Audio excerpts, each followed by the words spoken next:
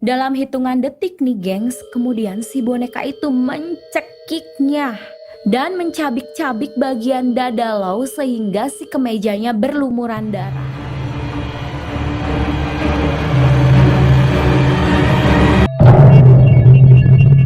Halo, apa kabar kalian semua? Semoga kalian tetap sehat. Kembali lagi di sini bersama saya hari ini. Kali ini saya akan bahas cerita horor tentang boneka Annabelle. Percaya atau tidak percaya, itu kembali lagi ke kalian masing-masing. Apakah kamu salah satu dari orang yang pernah menonton film yang berjudul Annabelle? Jika iya, mungkin kamu bisa melukiskan bagaimana horornya tentang film tersebut. Tapi tahukah kamu, kisah yang menyerupai boneka Annabelle ini pernah terjadi di dunia nyata?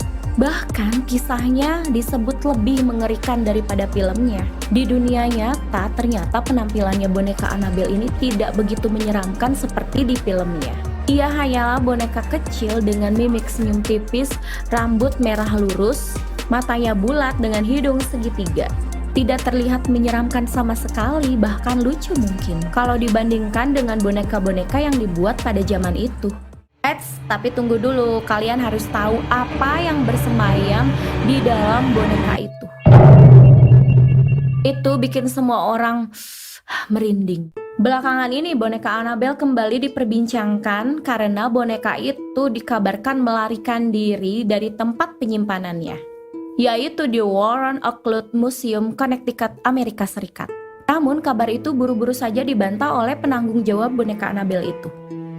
Penanggung jawabnya itu bernama Tony Opera. Dia menyebut boneka Annabelle ini tidak melarikan diri, melainkan dipindah oleh pengurusnya dari Warren Occult Museum karena terpaksa ditutup sekitar tahun 2019 silam.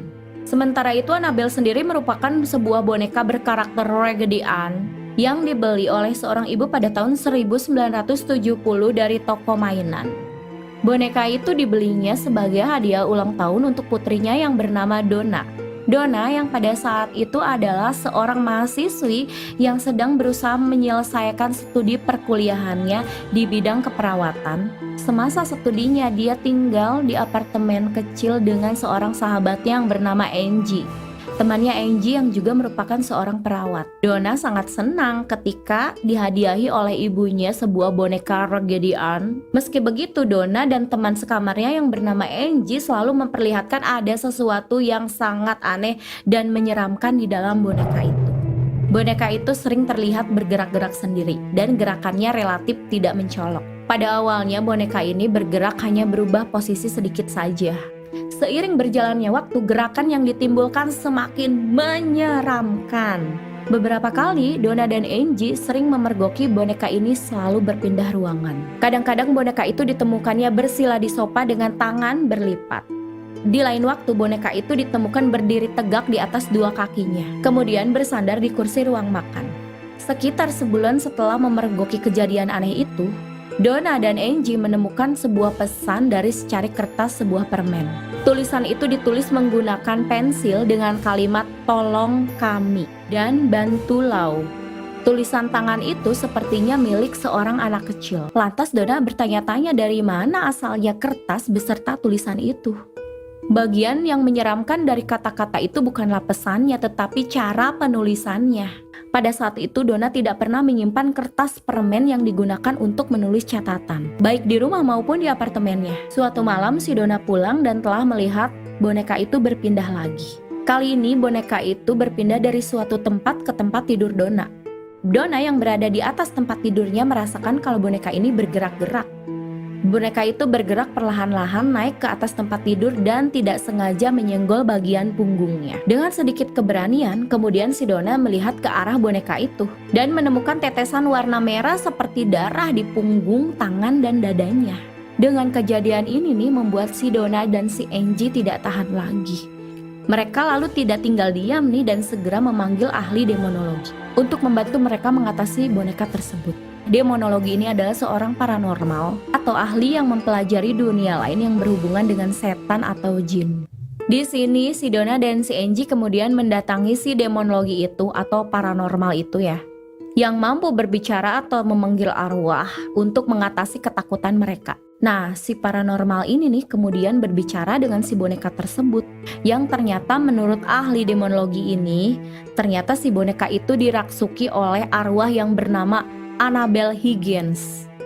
Kepada si Donna dan si Angie, ahli demonologi itu menceritakan jika si Annabelle ini adalah seorang gadis yang berusia 7 tahun, yang tinggal di sebuah apartemen yang Donna dan Angie tinggali sekarang. Dia meninggal di lapangan tempat kompleks apartemen yang sedang berdiri sekarang. Arwah Annabelle ini mengaku senang tinggal di dalam boneka Regedian ini. Merasa iba pada si Annabelle dan ceritanya, lalu si Donna nih mengizinkan untuk si Annabelle ini tinggal bersamanya. Meskipun hal ini tampaknya bukan pilihan yang bijak. Jadi akhirnya si Donna dan si Angie membawa kembali si boneka itu setelah pulang dari si paranormal itu. Salah satu teman Donna dan Angie yang bernama Lou menjadi teror dari kengerian boneka Annabelle tersebut. Singkat cerita, di suatu hari si Lou yang merupakan teman Donna dan Angie datang ke apartemen mereka. Di sini nih si Lou memang sudah lama tidak pernah menyukai boneka tersebut.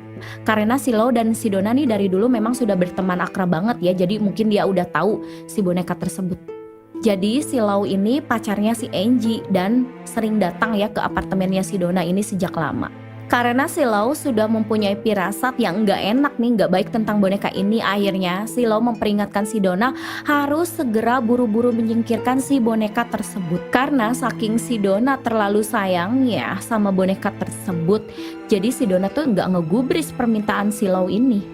Meskipun pada akhirnya keputusan si Donna adalah kesalahan terbesar. Suatu saat nih si Lou yang kebetulan sedang menginap di apartemennya si Donna kebangun pada tengah malam. Dengan keadaan panik nih si Lou ketika terbangun merasakan begitu banyak ada kejanggalan. Tubuhnya pada saat itu tidak bisa digerakkan. Dia kemudian berusaha melihat ke sekeliling ruangan. Ketika melihat ke bawah, lalu dia menemukan boneka Regedian mau menyergap kakinya. Dan si boneka itu bergerak menuju atas dada Lou. Dalam hitungan detik nih gengs, kemudian si boneka itu mencekiknya. Si Lou berusaha melawan nih, tapi tidak bisa. Dia panik nih, si Lou ini panik, kemudian dia pingsan. Si Lou terbangun nih keesokan paginya dan meyakini apa yang dilalui dirinya hanya sebuah mimpi buruk belaka. Singkat cerita, beberapa hari telah berlalu dari kejadian si Lou itu. Kemudian si Lou menyambangi lagi si apartemennya si Donna ini. Namun dia menyadari nih apartemen itu tampaknya sangat sepi. Dia juga mendengar suara berisik pada saat itu dari kamar Donna. Lou berpikir nih takut-takut kalau ada perampok yang masuk ke kamar Donna pada saat itu. Si Lou kemudian memutuskan untuk mencari tahu siapa yang ada di dalam kamar si Donna tersebut. Kemudian si Lou berjalan perlahan-lahan ke arah pintu kamar tidur si Donna. Setelah si suara tersebut berhenti, Lou kemudian memberanikan diri masuk ke dalam kamar si Donna lalu menyalakan lampu. Dan apa yang terjadi? Ternyata kamar si Donna kosong, sama sekali tidak ada siapapun. Hanya ada boneka Regedian di sudut ruang dalam kamar itu. Terus lalu siapa yang berisik tadi ya di dalam kamar itu? Si Lou katanya penasaran nih sama si boneka ini yang katanya dirasuki oleh arwah si Annabelle ini, kemudian mencoba untuk mendekati si boneka itu. Lalu tiba-tiba dia merasa ada sosok aneh di belakangnya. Dan betapa kagetnya dia menyadari sosok itu mendekatinya dan mencabik-cabik bagian dada Lou sehingga si kemejanya berlumuran darah. Ketika membuka kemejanya, si Lou ini lalu melihat ada tanda 7 cakar di kulit dadanya. 3 goresan itu berbentuk secara vertikal dan 4 secara horizontal. Lou menceritakan kejadian ini kepada Donna dan Angie. Lou menceritakan kalau luka yang dirasanya itu seperti panas dan terbakar. Beruntung goresan ini segera sembuh dan menghilang dalam waktu beberapa hari. Melihat kejadian itu nih, akhirnya si Donna percaya bahwa memang ada yang tidak beres dengan si boneka tersebut. Lalu dia yakin nih kalau si Annabelle ini bukan roh biasa ya, melainkan iblis yang jahat. Si Lou ini kemudian kembali memanggil imam yang bernama Pastor Hagan. Mendengar cerita Lou, Donna, dan Angie, Pastor Hagan ini merasakan kejadian ini merupakan masalah spiritual yang perlu diatasi oleh otoritas yang lebih tinggi di gereja. Dia kemudian menghubungi Pastor Cook dan ahli paranormal yang bernama Ed dan Lauren Warren. Si Ed Lauren dan Warren ini tertarik nih dengan kasus ini dan akhirnya dia sepakat untuk membantu si Donna. Serta para pastor-pastor tersebut juga ikut menangani tentang masalah boneka tersebut. Setelah mendengar kesaksian Donna, Lau, dan Angie, keluarga Warrens berkesimpulan bahwa boneka Raggedy Ann sebenarnya tidak dirasuki, tetapi dimanipulasi oleh kehadiran yang tidak manusiawi. Si Warren ini mengatakan kalau roh sejatinya tidak bisa menguasai benda mati seperti rumah atau mainan. Tetapi mereka merasuki pikiran manusia dan menciptakan ilusi bahwa boneka tersebut hidup. Roh ini bermaksud meminta pengakuan atas kehadiran mereka di dunia. Para ahli spiritual dan pastor kemudian cepat segera bertindak menangani masalah ini nih. Karena kalau terlalu lama dibiarkan, mereka ini akan berdampak buruk terhadap Donna dan teman-temannya. Roh jahat itu bisa saja merasuki tubuh seseorang, kemudian membunuh serta melukai seluruh penghuni apartemen. Ed Warren dan para pastor ini kemudian melakukan pembacaan berkat eksorisme untuk membersihkan apartemen dari roh jahat. Mereka juga meminta penghuni apartemen untuk menguatkan iman serta mendekatkan diri terhadap Tuhan agar terhindar dari tipu daya roh jahat. Setelah melakukan pembersihan, si Warren meminta Donna membiarkan si bonekanya disimpan oleh dia sebagai tindakan pencegahan hal-hal yang tidak diinginkannya lagi. Si Donna akhirnya setuju nih dan membiarkan boneka kesayangannya itu dibawa oleh keluarga Warrens untuk pergi bersama mereka.